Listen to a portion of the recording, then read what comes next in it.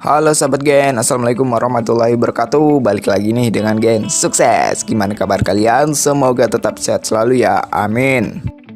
Pada kesempatan kali ini Gen Sukses bakal bagiin kalian materi lanjutan tentang klasifikasi makhluk, khususnya materi klasifikasi makhluk hidup. So gimana materinya? Langsung simak videonya ya Gen, let's go. Tapi sebelum lanjut video, jangan lupa klik like dan subscribe ya sahabat Gen. Ayo sama-sama dukung channel ini supaya lebih memberikan banyak manfaat lagi. Oke, ditunggu ya sahabat Gen. Let's go.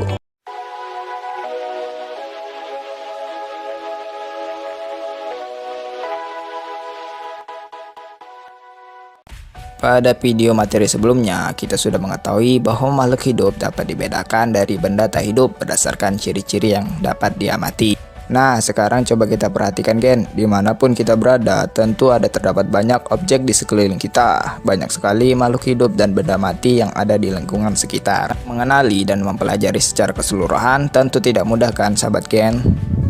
Pasti sahabat Gen pernah pergi ke pasar kan? Coba diperhatikan deh bagaimana para pedagang mengelompokkan barang-barang dagangannya. Ada kelompok barang dagangan sayuran, ada kelompok barang dagangan buah-buahan, dan ada kelompok barang dagangan kebutuhan pokok dan lain-lain. Nah sahabat Gen, coba juga perhatikan deh macam-macam hewan di sekitar kita. Ada hewan piaraan, ada hewan ternak, dan ada hewan liar. Dan masih banyak lagi aneka ragam makhluk hidup yang ada di bumi yang beragam jenis sifat serta ciri-cirinya. Untuk mempermudah dalam mempelajari keanekaragaman makhluk hidup tersebut, manusia melakukan pengelompokan makhluk hidup. Pengelompokan makhluk hidup itu disebut dengan klasifikasi. Klasifikasi makhluk hidup adalah suatu cara mengelompokkan makhluk hidup berdasarkan kesamaan ciri yang dimiliki. Tujuan umum klasifikasi makhluk hidup adalah mempermudah mengenali, membandingkan, dan mempelajari makhluk hidup. Adapun tujuan khusus atau lain dari klasifikasi makhluk hidup adalah berupa: pertama, mengelompokkan makhluk hidup berdasarkan persamaan dan perbedaan ciri-ciri yang dimiliki. Kedua, mendeskripsikan ciri-ciri suatu jenis makhluk hidup untuk membedakannya dengan makhluk hidup dan jenis yang lain. Ketiga, mengetahui hubungan kekerabatan antar makhluk hidup. Keempat, memberikan nama makhluk hidup yang belum diketahui namanya. Nah sahabat Gen, dalam mengklasifikasikan makhluk hidup terdapat dasar-dasar klasifikasi makhluk hidup, yaitu berupa: pertama, klasifikasi makhluk hidup berdasarkan persamaan dan perbedaan yang dimilikinya. Kedua, klasifikasi makhluk hidup berdasarkan ciri bentuk tubuh atau morfologi dan alat dalam tubuh atau secara anatomi. Ketiga, klasifikasi makhluk hidup berdasarkan manfaat, ukuran, tempat hidup, dan cara hidupnya. Pada awalnya dalam klasifikasi, makhluk hidup dikelompokkan dalam kelompok-kelompok berdasarkan persamaan ciri yang dimiliki. Kelompok-kelompok tersebut dapat berukuran besar hingga kelompok kecil dari segi jumlah anggota kelompoknya. Kelompok-kelompok tersebut disusun berdasarkan persamaan dan perbedaan. Makin ke bawah, persamaan yang dimiliki anggota di dalam tingkatan klasifikasi tersebut semakin banyak dan memiliki perbedaan yang semakin sedikit. Nah, sahabat Gen, urutan kelompok ini disebut dengan takson. Orang yang pertama melakukan pengelompokan ini adalah Linnaeus berdasarkan kategori yang digunakan pada waktu itu. Di sekolah sahabat Gen bakal belajar tentang urutan takson seperti berikut. Tabel urutan takson makhluk hidup.